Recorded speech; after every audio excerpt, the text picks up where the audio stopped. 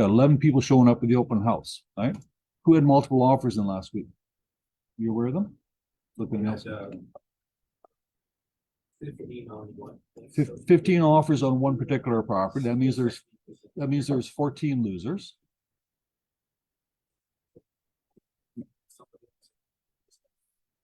Four on another one. Okay, 4 or 5. Condominium. Okay, all right. So we know there's buyers out there. We know there's people are doing open houses. We know that there's lots of people out there. We also know that the interest rate last Tuesday was maintained at 5%. So I think that the government's realized that, hey, that's enough. They're not going to maybe increase it for a while. I'm just throwing it out there, but I don't think they're going to increase it again. I think the market's finished. So I think that everybody's going to get used to the 5% rate, and 5% rate's a good rate. If anybody's been around for longer than 4 years, knows that 5% is a good rate. So it's just a matter of getting everybody used to it. One thing I am seeing right now, though, is I'm seeing that a lot of sellers are not realizing what the market has done. They're still trying to get the higher prices. They're still trying to get the price that it's not going to be selling for. The sellers they're resisting because their neighbor sold, or they think it's worth X amount of dollars, or they're used to a higher price. That has to change because the prices are dropping, and or have dropped, I should say. But a lot of sellers are still stuck in the past, right? We've got 20,600 listings, you're saying? Which is maintained. So we had 20,600 listings last week, 20,600 listings this week. So we're not getting, I should say, that any inventory that's coming to the market is now selling. So that's the second reason why I believe that we've bottomed out. I think we're going to be picking up. So interest rates, I think, will look fine. We're getting lots of buyers out there. The only wild card is making sure that the sellers look at their prices and realize they're not going to get maybe the price that they're hoping for. That's it, right? If I go through the numbers themselves, we've got 20,000, almost 700 active listings out of the last night. 9,000 of those are condominium. 11,600 are freeholds. Sales themselves about 4,200, so it's down about 8% from last October, and it's also down about 8% from last month. So we're down about 8% from September, 8% from last year. If I break it down, the condominiums, the freeholds are down 8.3%, and the condos are down 9%. So across the board, so that seems to be settling down. Leases, we also have 10,800 active leases up there. 4,700 are freeholds, 6,000 are condos. And actually, the leases are up 7% for condominiums. Somebody said to me that condominium market is actually slowing down for leases, that there's lots of inventory out there. But it's actually up 7% from last year. So that's good. I see people are doing this. Are you guys seeing the same type of thing, that the leases are still active or non-active? What are you guys thinking about the lease side? I see funding a little bit slow on 154 is on the lease. almost down there. Somewhere down there. Not zero going to. Okay, so we have a rule, right? So in a declining market or declined market, 21 days, 21 showings, price reduction. Oh yeah, right. Still. And then you skin. Right? What are you gonna do, right? Yeah. Somebody came to me last week and they said, well, they interviewed a client and the client wants to sell their house, but the client has more mortgage than house, so he didn't take the listing. More mortgage than a house, so we did not take the listing. How can it be? You pay 5%. You bought a house in 2022. You put 5% down. You paid $1.3 million. That was the average price. Today, the average price is $1 million. You got a $1.1 million mortgage on $1 million property. That's how it happens, right? So, but my question to you is: would you guys walk away from that same situation if you had a property that was over leveraged? Would you walk away? No, they can get paid. I would take it. I would take that listing. I would make sure I got a 5% deposit to cover my commission and my HST, and I'd get the offer conditional upon the lawyer's approval, or the lawyer negotiating with the lender, renegotiating the terms. The fact is, the property's only worth $1 million, not worth 1.3, and the lenders have to realize that too. And the lenders got to take their bites, especially. Yeah, well, they have to do that. So that's it. So the bank's not going to be Somebody's gonna have to eat it. The guy's gonna have to sign a promissory note to pay the money later on, maybe get a line of credit or something there, pay it off. He's gonna have to do something else, but there has to be something can be done. If the guy's highly motivated, he has to move up. I'm not saying he's gonna be able to walk away from the money, but he's gonna have to make alternate arrangements somehow. You can take that listing and you can negotiate, particularly if you're dealing with not necessarily the banks, if you're dealing with private lenders. Anybody knows power sales, first of all, number one. Everybody knows power sales on coming on the 20,600 listings. We looked at it briefly on Friday, and there wasn't that many power sales. I've always said that power sales are Canadians, and they won't go power sale. They do everything, borrow money, do what they do, but they won't let go power sale in a lot of cases. But when it does happen, it does happen. So we checked it on Friday, and we only had about what 85 listings on the Toronto Real Estate Board were power of sale. So the news media and everybody's telling us how the market's crashing, the market's going down, and people are over leveraged. We've only got of the 20,000 listings, 85 are over leveraged on Toronto GTA, right? Toronto Real Estate Board. So it's not as glim or dark as people want to tell us. It's really not that bad. It's not as funny. More than half the Toronto condominiums built in the recent years were investor owned. Remember last week I showed you how we had the 20,000 listings and it was broken down into freeholds and condos. On the condo side, I checked it out that 62% of all condominium active listings are either vacant or tenanted. And Stats Canada now has come up with the same thing. They're saying that 52% of people that bought brand new bought as investors. And this is, it's funny what the media is doing. They're blaming the investors for the increase in prices. Because you're saying that a lot of people had money, and when the money was cheap at 1%, it wasn't the first time buyers buying properties, it was people buying second properties. And the people are competing with the second properties, jacking the price up. So it's kind of funny how everybody looks at different things, but they're blaming the investors for all the woes. 56.7% of the Toronto condos. Condos made up the bulk of the properties owned by investors. 37,000 condo markets were built in 2016. That's quite a bit, huh? That goes back a while now. Anyway, with that. Some of the things that they could do to this is the words out there, and nothing's happened. Nobody's doing anything, but they're talking points. Somebody was suggesting that because there's such a high ratio of investors buying condominiums in particular and jacking up the prices, making things more expensive, somebody's floating the idea that they should make investment properties. When you sell investment property, they should make it so that the capital exemption is disallowed. So right now, if your investor buys a condominium and he sells it for a profit, it's a capital gain. 50% of the capital gain is taxed at your personal tax rate. The other 50% is tax-free. The suggestion is to bring down prices, and because there's so many investors, to disallow that capital gain exemption and make the capital gain 100% taxable. This is what they're floating. I'm sorry, I don't understand. 50% tax free.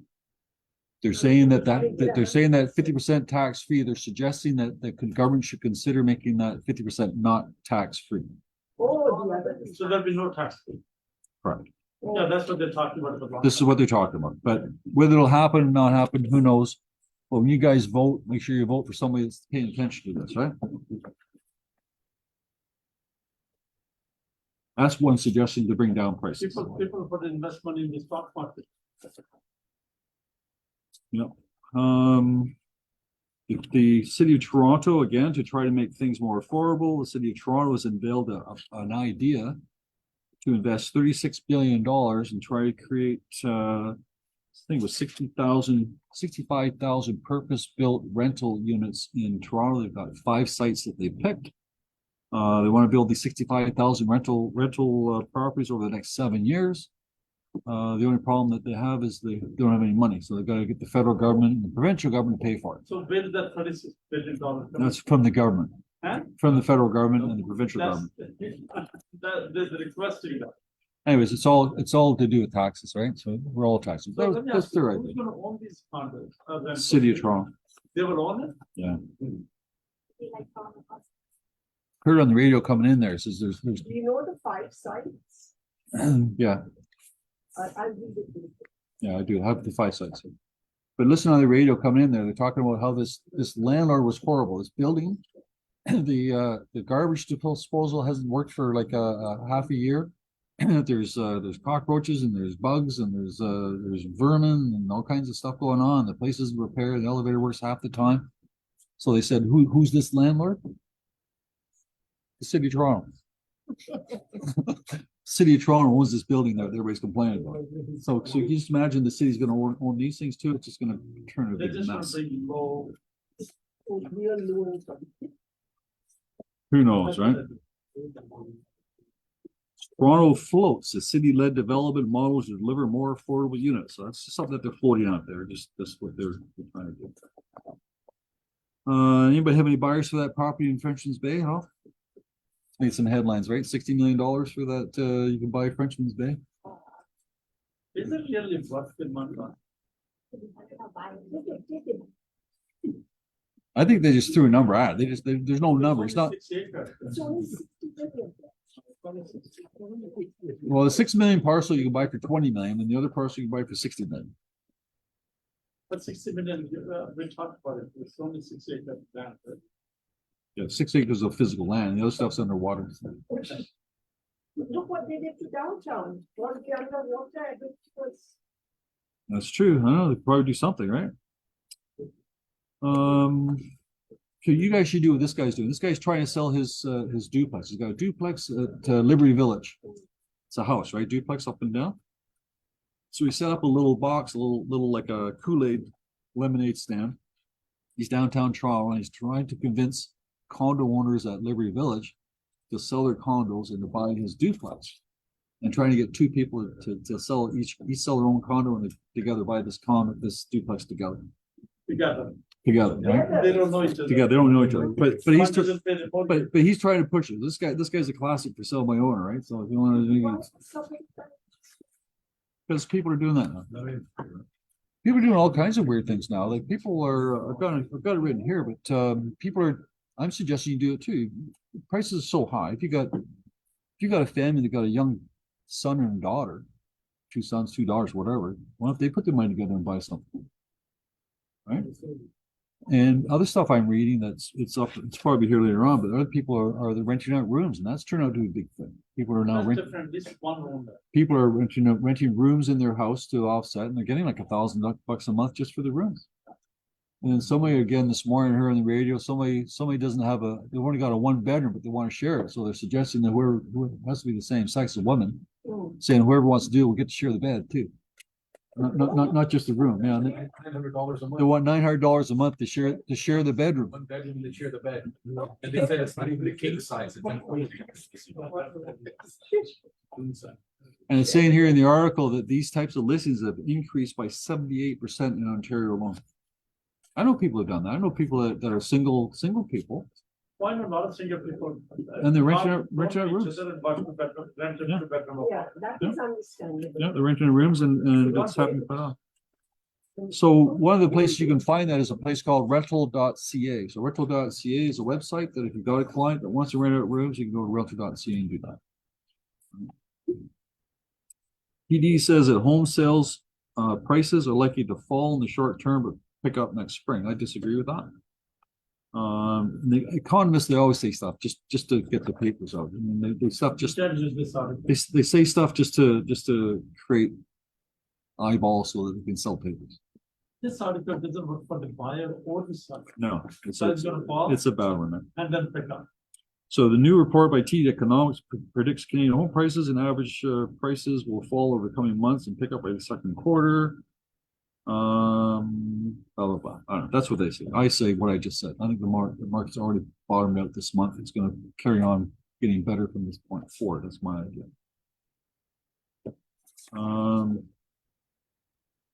The builders last month, the builders have been crying and complaining how they haven't been able to do new builds. They've been complaining about their market being down for quite a while. Numbers came in September and their sales are up 300%. They're complaining. Oh, yeah. Oh, they're well, because the condos, there's 10,000 units that they stopped building. And their sales are down quite a bit. They're down quite a bit here, but here they're saying here that's actually gone up quite a bit. And most of it was condominiums. They had like 1,885 new home sales, 1,290 of those were condominiums, and 595 were freeholds. Has anybody been into new construction sites? Anybody gone there lately? Yeah. Right. There's that one character in Markham that's getting in trouble. Is it State Homes? State View Homes. The guy was I've never heard of it before. It's called check kiting. Anybody heard that before? So he writes a check for, I don't know, $12 billion or $12 million to this person here. I don't know how that works. This person gives me a $12 million check and I write another, no, I'm writing multiple checks. That's right. I'm writing this guy a check and this guy a check, and this guy a check. 12 million each. And I haven't got enough money here, and by the time they know about it, it's too late or something, but anyways.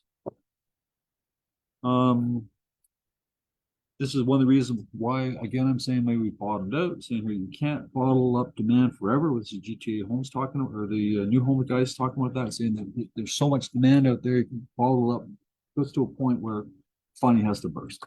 And that's why they're saying it's up 300%. So I can see that. Because we're talking about all these new Canadians, all the new immigration, or else where are they going? Where it has to burst somewhere. It has to happen. I think Toronto Real Estate Board, I don't think they communicate properly. I don't think there's enough communication.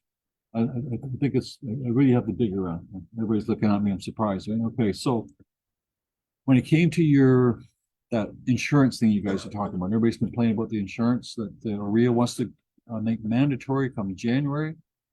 It's going to cost you like $660 per year. It's going to include a $30,000 life insurance policy. Sorry, you currently have this is the way that the health, what do they call it, the Ontario Realtor Wellness Program, trying to make it mandatory for everybody.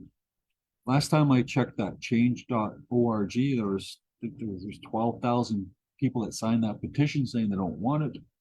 There's another petition on Facebook, people saying they don't want it. I've had people email me saying they don't want it. I've never had anybody email saying that they do want it, but usually that's the silent majority anyways, right? So you're going to hear from the minority. So Toronto Real Estate Board, I think in Ontario, they probably hold, I don't know, 70-80% of all the Asian population.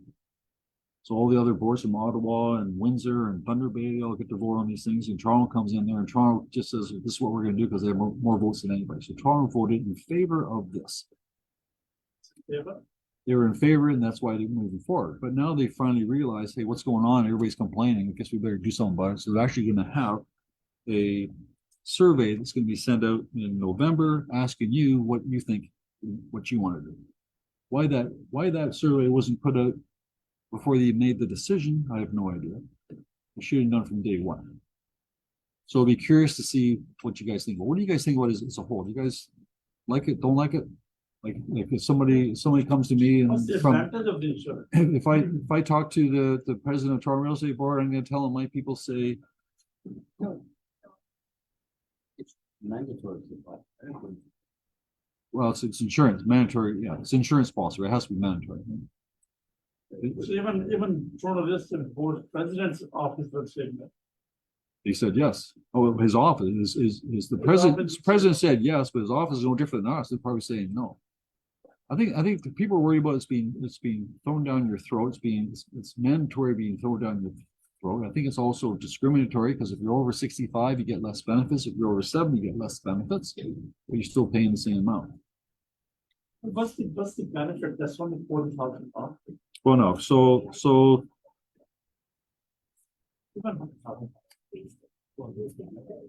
So your life insurance policy right now is $30,000. It's going to be $50,000.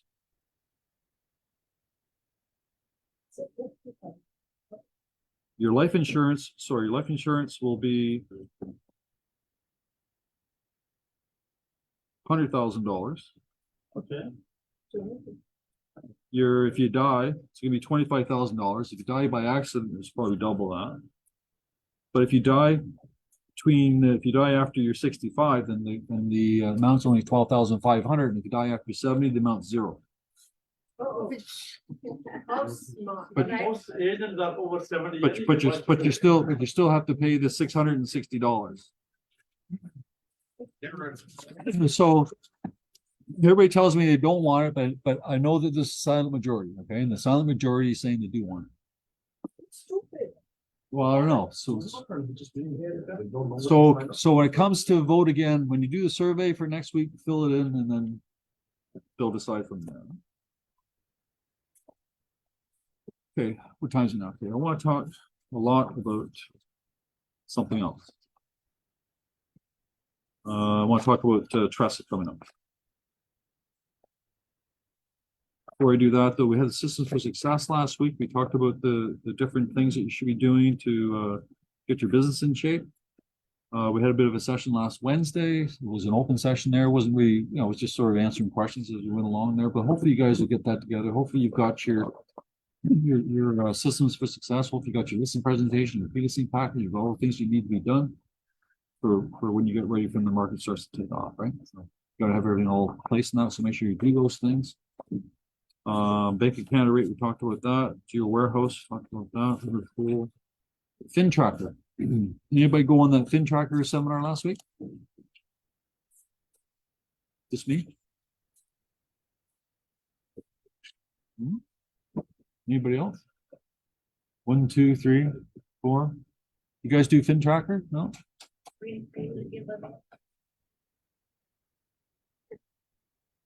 You guys like filling out the FinTrack forms? No, So FinTracker, you take a picture of the guy's driver's license and it fills out the FinTrack form for you. That's it. So why wouldn't you? What's the disadvantage? no, because he has to fill it himself. The whole form. is being filled out, though. That's right. The whole form is all it gets filled out is what's on the driver's license. What you still have to fill out is where the guy works, what he does. We always ask them to fill it up. Pardon me? We ask the client. No. You can't ask a criminal to fill out his own forms. That's- How do you find very good? You gotta ask him and write it down. That's what we ask the guy. Oh, okay, you ask him. Okay, we don't get him to fill it out.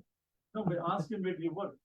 Okay, and then you write it down. So it's be the same thing. But what the FinTrack will do, takes a picture of his driver's license, fills out his name, the driver's license number, the address where he lives, and then you fill in the other stuff right on the app.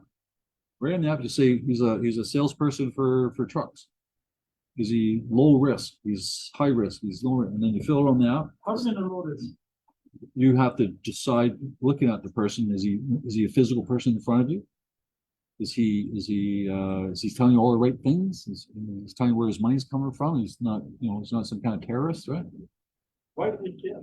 Selling their house. Because I don't want to go to jail. No, but selling their house, but how do we know he's not? The low risk is if he's physically present or Canadian citizen. That's right. A high risk would be somebody that's in Virginia Beach. Huh? Your client's in Virginia Beach. Also, now that's no longer low risk. So Now, how do we do the film check? Like, we never had that before. well, then you have to, okay, what you're supposed to do. All right, You so, don't tell just like. okay, oh, no. Here's what you're supposed to do. Here's what you have been doing for the last bunch of years. When you don't physically see the guy, you have to get another realtor or lawyer from Virginia Beach, where the guy lives, and they have to identify that person for you, and they have to fill out a form saying, I've identified this person. That's what they have to do. With this FinTrack, what you can do is that person, I don't know how they can do it, but this person can actually take a picture of themselves. And that would be the same as identifying them. He sent you the photo of the No. driving license. But then how does it work? Like, is that from the track in the app? The FinTrack app. If the guy is not physically in front of you, then you can do what's called as what do they call it? ID something? Mandatory identification. So he just takes a picture of himself with his own camera, and then somehow it does some kind of AI something. I don't know what it does. It shows up on the FinTrack form.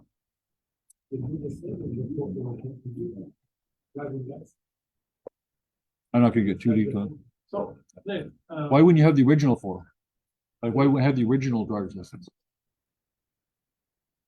So FinTrack is something you want to do. It's a free app for you. You just have to download the app and do it. I would suggest that you get the FinTrack, download it yourself, do your own driver's license, and see what it does. Fill the information, get used to it. save it, and you're done, right? The one that we were talking about, she was talking about, if you've got to do this outside person that has to identify, you have to do the photo ID of the person, you're only allowed 5 per year. Right? After that, you got to pay for it, and the fees. Did we ever get the fees for FinTrack? I had the fees for. I have the rental beast. I wasn't sure about this one.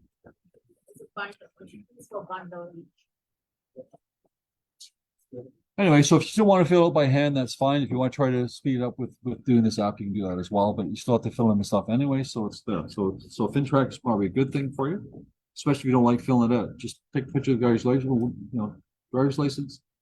Where do you work? What do you do? What's successful? It also potential as a fraud doing driver's license. That's something built in there that after that. The other seminar, I went to 3 seminars last week, so that was one seminar. The other seminar was Rental Beast. Anybody else do that? Anybody do Rental Beast?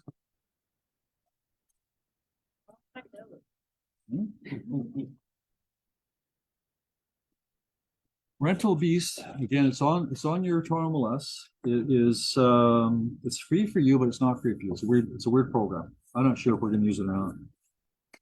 So Realty Beast, what it does, it takes an inventory of all places for rent. So you've got a database for places for rent, and it scrapes information from TREB. So you've got all the Toronto MLS listings on this database, but it also grabs inventory from private individuals. So if I'm a manager for a purpose-built rental building, or if I'm a consumer, if I'm a one-off landlord, these types of things, I can then add my listing to this database. So as an agent, you can actually go there, you can see what's available on MLS, and you can see what's available off MLS or private guys. And that's it. For $29 a month, all it gives you is the address of the property that's available. It doesn't give you the name of the owner, it doesn't give you the contact of the owner, it doesn't give you the information of the owner. For this other fee, you get that information. So if you want to upgrade your membership to the pro version of this rental piece, then you get access to those individuals. And what you're supposed to do at that point in time, if you want to show one of these individuals their properties, you got to phone them up and negotiate your commission. Rental. And so and it's free for these people to put it on the Rental Beast database, but if you want to get paid, you got to phone the landlord and negotiate it. So at the end of the day, I don't think anybody's going to use it. Do you see anything? Look at Nelson here, Carl, you know? Oh, yeah, for what? I think the only way you can possibly work is if you don't mind not getting paid, and you've got somebody that's a refugee that needs desperately to find a place, and here's some numbers, but you're going to pay. So I said, the fees were $25 a month. Just to be able to do that, I can't see that. I think that's an no-go myself.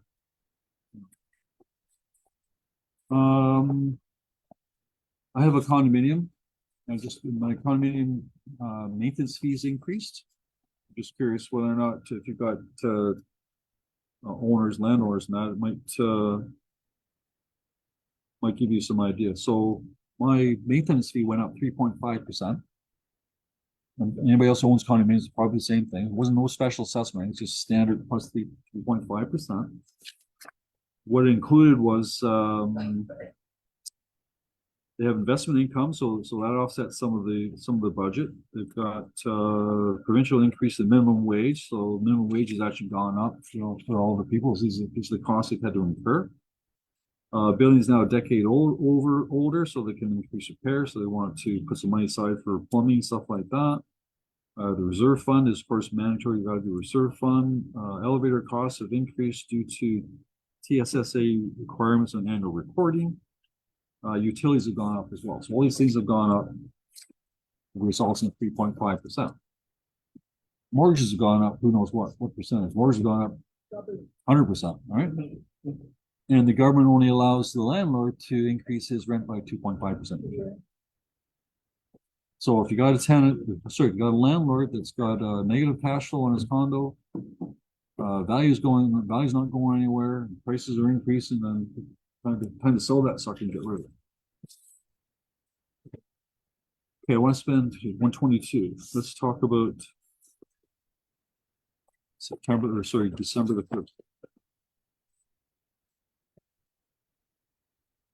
I believe that there's so much stuff going on in December the 1st for the TRESA. I'd be surprised if they say it's a hard start date. I mean, like December 1st, you gotta convert and do all these new forms and all this stuff. I just can't see it happen in one day because we did the webinar ourselves with Maria last week. And we sat through an hour-long session. They told us that there's 1,000 changes to the forms because they have to take out any reference to the term called customer. That term has to disappear. So any form that we have that has the term customer has to be replaced. All right. So in the future, we're not allowed to have customers. I've talked about this a couple of times here, but we'll start getting into deeper as we go through the next couple of weeks. I want to spend about half hour every session here doing these. So I'm trying to figure out the best way to do it. All right. So I prepared a long time ago this little thing here. You guys may not even maybe seen it or read it or know about it. It's just these little bubbles here that sort of talks about you got a buyer, you got a seller, and what is the paperwork process? Anybody remember when we actually seen this? You still use this? New agents would have seen it. Okay, I created this about 20 years ago, so everybody should have been. So I'm redoing it. So here's what the new one looks like. You know, this is just raw. I'm just starting to write down all the steps. It's crazy. So in the future, December 1st, when you have a seller, first thing you're going to do is Rico is going to give us, and this is, I'm going to be sarcastic here, okay, but this thing is effective December the 1st. Rico is supposed to give us this form, which they haven't done yet.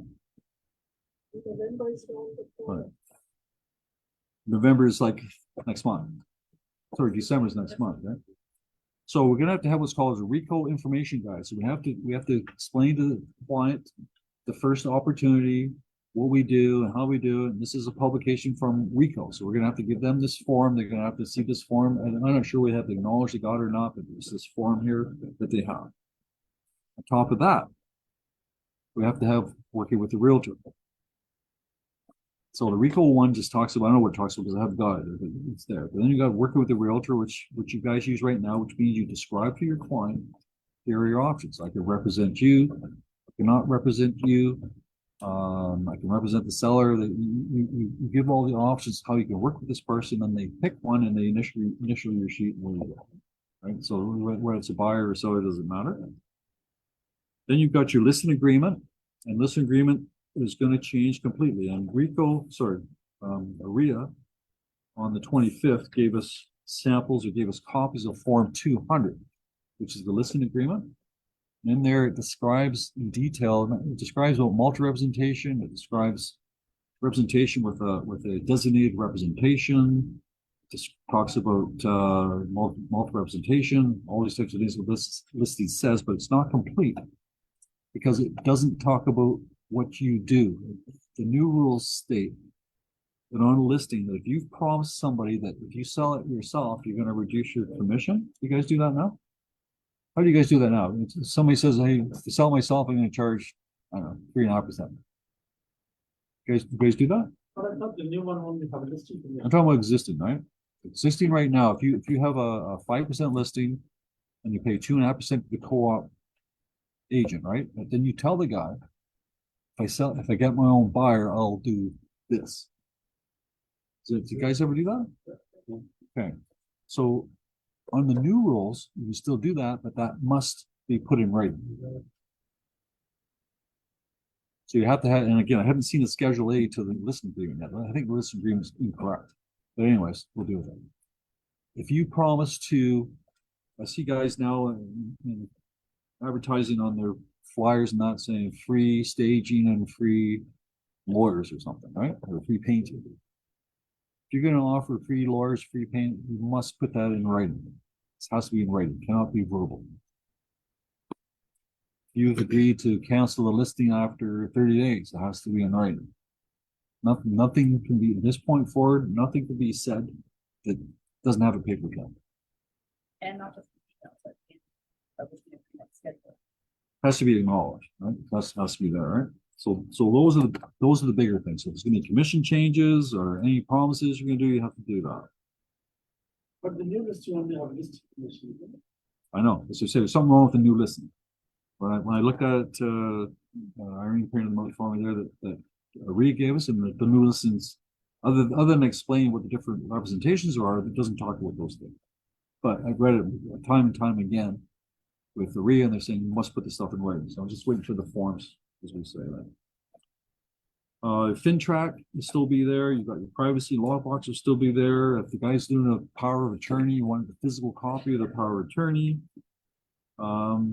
Seller direction will be a new form. So you're going to sit down there with the client, say, okay, now we have the listing.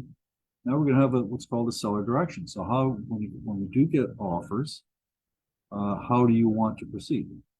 And there's a little form there that'll say, okay, I want to, I'll just read the form here. That one there, the gave to me.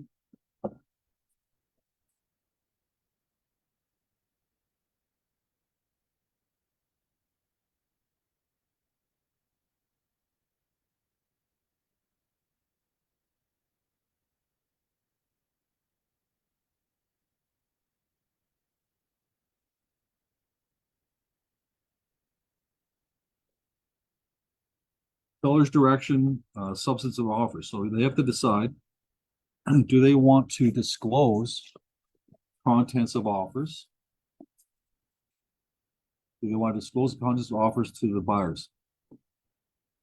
And in this little form here, you've got to fill out with the client, the listing, it says, okay, I'm in the event of receiving one or more competing written offers, you're hereby directed to share the following substance of any and all competing written offers with each and every person who's making one of the offers.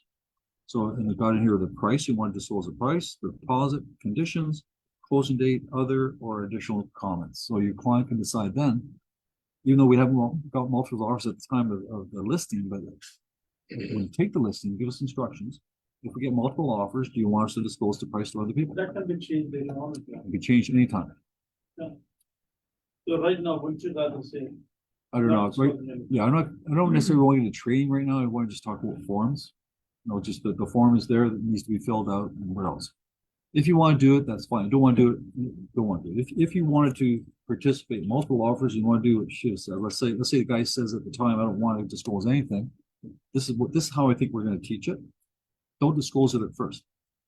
Get your multiple offers. When you're down to your final three, you guys tell me if this is true. If you get down to the final three and the agent phones you and says, oh, you're number three, or you're close, or you're number two, first thing you say in your mind is you're a liar.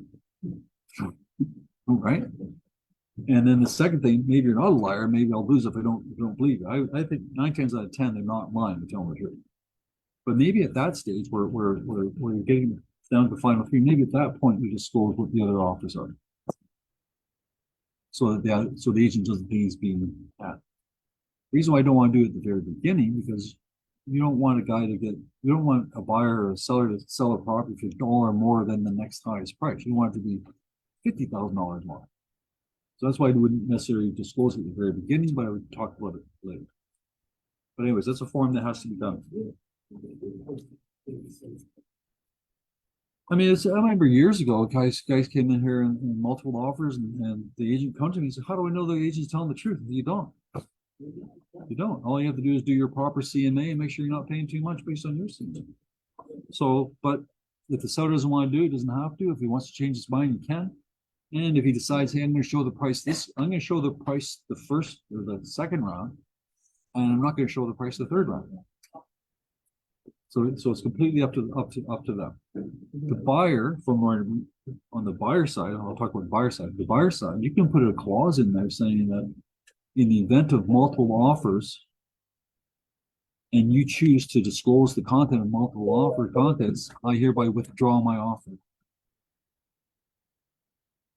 Follow me there? This offer, my offer is conditional on there being no other offers. If there's other offers, then my offer shall be known. Difficult. Right? I don't think you want to do that. But I'm just telling you that there's ways around this. I'm reading the stuff here, but there's ways around it. A great question. Let's say you have three offers. Yeah. Yeah. The three offers, 1.5, 1.6, $1.7 million, and you disclose the price. These offers are able to submit. Yeah. Buyer and $1.7 million, 1.5 is just become a buyer, $1.7 million. Cannot back out of the deal to say, I don't want to have something much. Let's You only get the deposit the next day. That's right. That's what I'm saying. The book disclose the price in that case. If they're within $5,000, then not that bad. If $200,000 for it, I wouldn't be disclosing the price. Because you're not gonna get the deposit. Okay, so you heard what she just said, right? Okay, so let's say you decide that you're not. Let's say you're. Sometimes sellers are. I'm concerned with agents. I know what's going to happen. Agent's going to say all offers have to be, all multiple offers have to be disclosed. That people are going to say. I know that right now. Say that's what it's about. The buyer's agent's going to say that. There's agents out there that aren't reading. Like I've dug deep in this, right? So a lot of agents they're going to say, "Oh, we have to disclose content of all multiple offers." No, you don't. But if they did, his point is, this guy's $100,000 more than this guy, and I'm withdrawing my offer. I'm not doing that. Right? And you can say you can't do that. It's irrevocable. Well, yeah, go try to get the check off that buyer. He's not going to give it to you. So there's law, and there's street law. Right? So what I'm saying here makes sense. I would not disclose the price until I get down to the very, very end when it's advantageous. I would not make it as a standard rule. Everybody follow with that? Your broker communications. Oh, by the way, I've got 2 offers. And then the guy complains to Rico, the other agent, the winning agent or losing agent, whatever. The losing agent complains to Rico saying, I was never told there's 2 offers. Going forward, anytime that you make a declaration of saying there's 2 offers, or I have my own offer, or I have my own offer, you have to communicate that, and get this communication, you have to get the buyer's agent to acknowledge that you've told him that there's 2 offers. So you put in the email. There's a form. So now, if there is multiple offers. And I agree with you. Something in writing, just because Right. there's a form doesn't mean we have to be like Lemmings and fall, right? As long as you get something right. Or you send notification, it says it's to register. And if you have your own offer, here's the point. Here's what the Rico is saying. They have to confirm it. Even though you've sent them an email, Rico wants acknowledgement that they got that email. No, but if you send an email to everyone, but all the agents have the offer, say, I just wanted to know, I have one of the offers, my. Correct. That's good enough. No, you have to get them to acknowledge in writing that. What if they don't get back to you? What if they do? I'm just telling you what the rules are. I mean, we'll deal with it as we go, right? No, the broker may will have something. He might have It could be. that, right? No, it could You don't realize it, but somebody doesn't respond back to you because they're offering low, but they're consistent. So the other agent has right to say, I'm not responding, and what do you do? Well, you're gonna sell the house number 1, and then you're gonna deal with Rico number 2, so. Right? Our job is to sell the house number 1. Or you say, okay, I give you 15 minutes to respond back, you don't respond, or you didn't get the. All right, just fine back, says I sent you the broker confirmation just to confirm that you never acknowledged it. Yeah. Right? So something like that, cover yourself. Full disclosure forms. You must now in writing disclose everything. You have to disclose conflicts of interest. You have to disclose that you're buying it for yourself, not that you're buying it for yourself, why you're buying it for yourself. To flip, to renovate and flip, to move in, to move your mother in, like why are you buying this house? Why are you selling this house? Same thing. These are based on full disclosure. The other thing that you must do, you must fully disclose in writing material facts. What is it? material fact, and cannot take illegal instructions from your seller. So the seller says to you, oh, by the way, I just, my basement leaked the other day, but it's all fixed now. It's all drywall back to normal. Or maybe it's not. Let me just rephrase that. There's a crack in the basement. Don't tell anybody. Who said that? The seller. That's an unlawful instruction. You must, in writing, disclose in writing on this form, it's a crack in the basement, did you know? So you may want to go and tell the client, don't tell me anything. I think I'll do that. Somebody died in the house. You have to do that. No, you don't. Really? No, you don't. Why? See that again, Sarah? There's a death in the house. You don't have to disclose. Since when? No, I'm gonna answer the question, okay? My seller, something bad happened in the house, somebody died in the house. I went to my lawyer, this is the seller. I went to my lawyer and lawyer says I don't have to disclose it. The lawyer's absolutely correct. The seller does not have to disclose that. Yeah, I have. Since the beginning of time. My client says, please buy the one. Well, so what is report? But they can't lie about it. If that.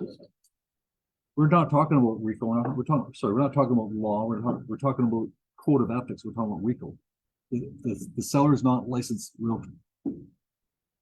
But the lawyer said don't disclose it, then what happens? Then as a buyer's agent, it's your responsibility, if it's your responsibility to ask the seller, is there a death or not? It's not up to the seller or seller's agent to disclose there's a death. It's up to the buyer's agent to inquire if there's a death. Then they should put in the offer. Correct. And any offers that we type downstairs, if you guys type your own offers, can't help you. Any offers that we type, there's a death clause in there. And it's there for a very specific reason. That's it. It's up to the buyer to determine whether there's a death or not up to the seller to disclose it. So if we are the listing agent, we still have to be there. Pretty sure I didn't say that. I'm pretty sure, did I say that? As an agent, you want to disclose it anyways, because I think what's going to happen, you're going to get burnt. Because as soon as they move in, the first thing the neighbor's going to do is they're going to say, "Oh, did you know that Johnny killed himself next door?" So I think something as a person you want to disclose these things, but we're talking about law, because here we are. Material facts. So these are another form that has to be done, and it's the disclosure forms has to be very clear At the time of this. at the time that somebody's putting an offer. Confirmation of representation, even though, okay, we still have to do confirmation of representation, and I'll talk about that in a minute, but 40 minutes, good question. Still got that form, and then you still have your offer and amendments and so forth. And I don't know why this is such a problem. I don't know why it is, but the transaction report, we need a transaction report. For some reason, we have a hard time getting them. Don't we do? Transaction report. Because we don't know if you cut commission, we don't know whether you're getting cash back. We don't know whether some of these offers we get looks like spaghetti, right? We don't know what the final price was, what the deposit, like nothing, right? So why not just take 5 minutes, fill the transaction report instead of us having to read 14 pages of that's what doing. If we don't get a transaction report, that means we have to read. On your paperwork by the friend with you. Anyway, so transaction report. So what else? Multiple representation. We have to give written consent. There's another form. We have to get a written consent from both the buyer and the seller to consent to multiple representation. Form number 1. It's actually form number 25, 325, and 326. So we have to get them to consent to multiple representation. And then when we get the multiple representation, we still have to do the confirmation representation. So even though we've got consent, we still have to get confirmation representation, multiple representation, you gotta fill that out too. So it's an extra form here. On the buyer side, You got the RICO information guide, you have the working with the realtor, we've got the BRA form itself. The buyer disclosure acknowledgement, that's the office form that we do. Thin track, physical copy of the POA, disclosure forms again, confirmation representation, and then the form itself. There's one part, there's a heavy part on this, and it's called designated representation. I'll have to talk about it later on, but let me just give you the concept. Because there's no customer agreements anymore, right? Everybody okay with that? Cannot work with a person that doesn't sign some type of agreement. Used to be that a buyer would come up to you and you would have your seller and you have your buyer and you treat the buyer as a customer, sorry, as a customer, but treat your seller as a client. Remember that? And so then it wasn't multiple representation because you're not representing the buyer. Just a customer, right? Wasn't multiple representation. But the new rule, there is no customer representation. So what that means is you either have an agreement with us or you don't. Therefore, you're self-represented. So unless they've signed some type of agreement with you, they're self-represented. Self-represented people means that you can give them assistance, you can't give them service. Very complicated. Maybe needs a whole session. I'll stick to it though. So you've got multi-representation, meaning that you sell it yourself or the office sells it itself. But in next year, there's another step. Yeah, okay. There's a thing called designated representation. Have you guys followed this at all? Have you guys looked at the designated representation? Have you done anything at all? Looked at these things that Rico's done or Ree's done? Have you guys watched anything about this? Just curious. Nobody has. So there's, wrap it up. We can take a listing under brokerage name like we do today. And if you take a listen to the brokerage name, we can do what we're doing today. We can still do multiple representation. Nothing's changed. Everything's exactly the same. But I have the ability as a firm, I have to decide how I'm going to do this yet. I can designate a designated representative for that listing. So even though it's a company listing, I designated an individual to manage that particular file. Somebody does the same on the buyer side. They can choose to have a designated representation. So now when that person over here is designated representation and he's buying your listing, even though it's Section 21, it's a different designated representation on both. Therefore, when this buyer buys this property, it's not multiple representation. It's the same firm, but now the buyer can give full representation to the buyer, and the seller can give full representation to the seller because they're giving different services. You don't have to put the cloud. It's not multiple representation, but in a confirmation representation, it's going to say the buyer is represented under a representative agreement, but it's not multiple representation. It's all crap. When you get down to it, you know what? I hope I'm this just generating paperwork for the whole purpose of this thing here is because double ending, somehow the public isn't being treated properly because of double ending. So now they can have a designated representative who then can represent them. A designated representative does the seller, and then each can advocate for their own client in the way they go. But you don't get paid. No, you still get paid. So it's only when you are, this is good client. The buyer. That's right. Now if you have a listing agreement and you're the designated representative and some guy comes to your open house and he wants to buy that property, now all of a sudden you're the designated representative for that buyer. You're also designated representative for the seller. Now it's multiple representation. The same way, there is no disclosure. Those, There is no secret. no secret. Everything's all written, right? But here's the problem. When you put your name down, this is why I have to struggle with this. I've got to talk to the management. I haven't decided what to do yet. But I'm talking about the legal stuff, not street legal, I'm talking about legal. If I put my name, I have a buyer, right?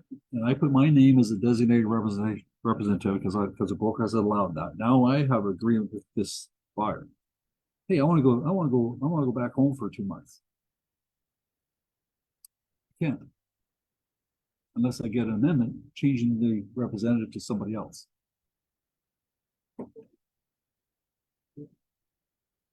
I have to do an amendment to the listing agreement to add another designated representative to represent the client. Because right now, If I get the buyer contract signed by the seller, mine is one, I can't put under my name, I have to put under. yeah, so I'll talk about teams in a minute. So right now, so individuals, you understand what I'm saying? And this is the part I don't know about yet. If the seller says, no, I'm a buyer's agent, I trust you. I don't trust this person. I'm dealing with you. I'm not gonna allow you to do that. Then you can't deal with that client anymore. He has agreed with you. Like, I haven't got that part down yet, because it's very confusing, even though the But agreement. he's stuck with you until what happened? Sign a contract. Signed a contract. I don't know. This is the gold card. It's very good. Anyways, I'll have to figure that later on. You're telling me everybody's going to do designated representation. So on a team leader, if you're the team leader, designated representation has to be yourself, has to be your buyer's agent or whichever agent's going to deal with that client. And if you have a licensed assistant back at the office, they have to be on that agreement too.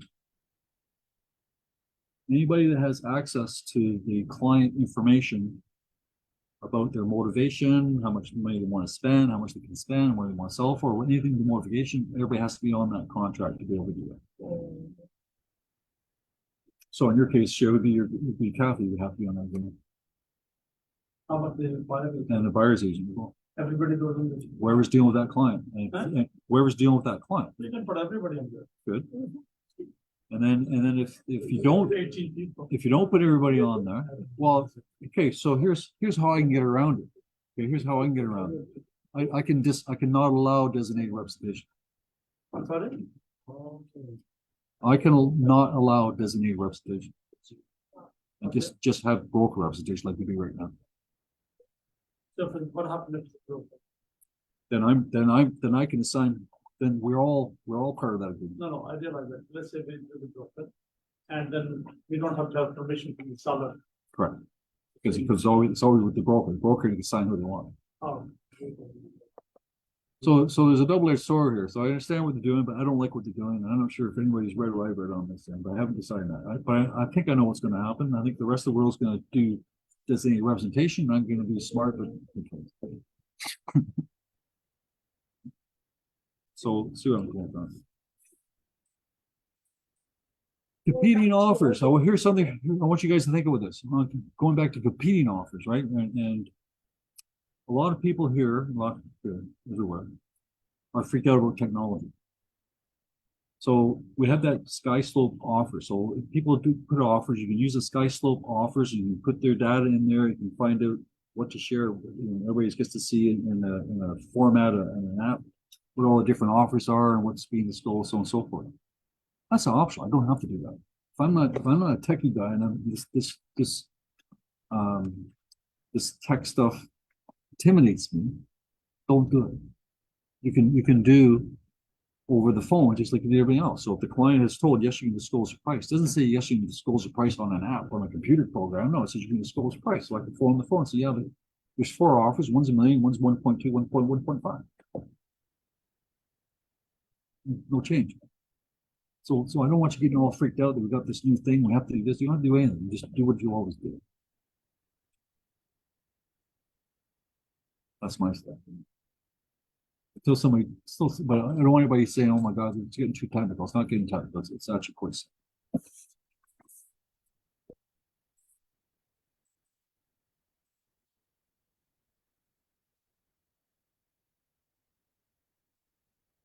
All right, so here's your homework.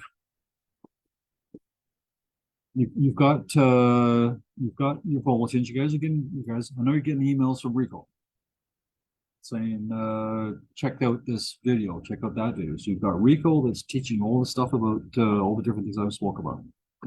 You've got Aria that's sending information on all the different things that they're doing. Like I'm going to send a bunch of, I'll probably send you an email with all these different links.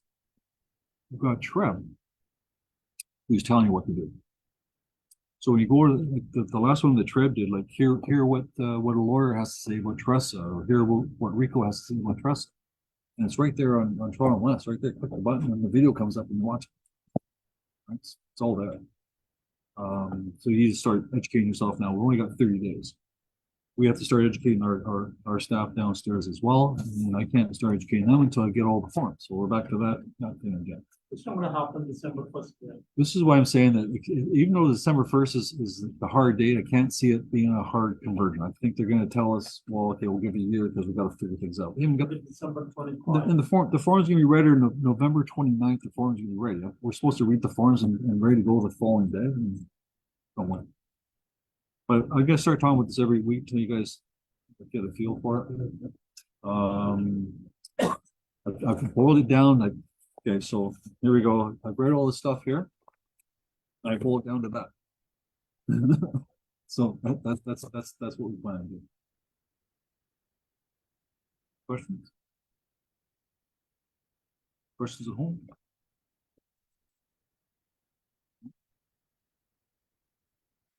Good. Anybody want to talk about any properties? Let's talk real estate. What do you guys think of what I'm saying? If the market's bottom out, do you guys agree or not? You think there's more trouble around the corner? Some more trouble going on there?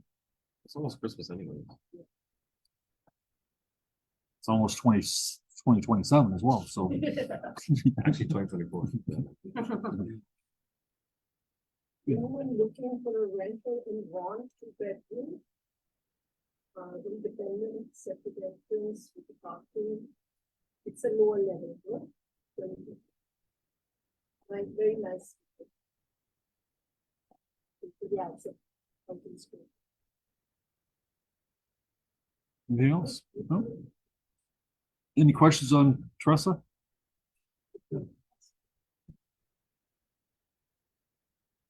Okay, so I'm done then.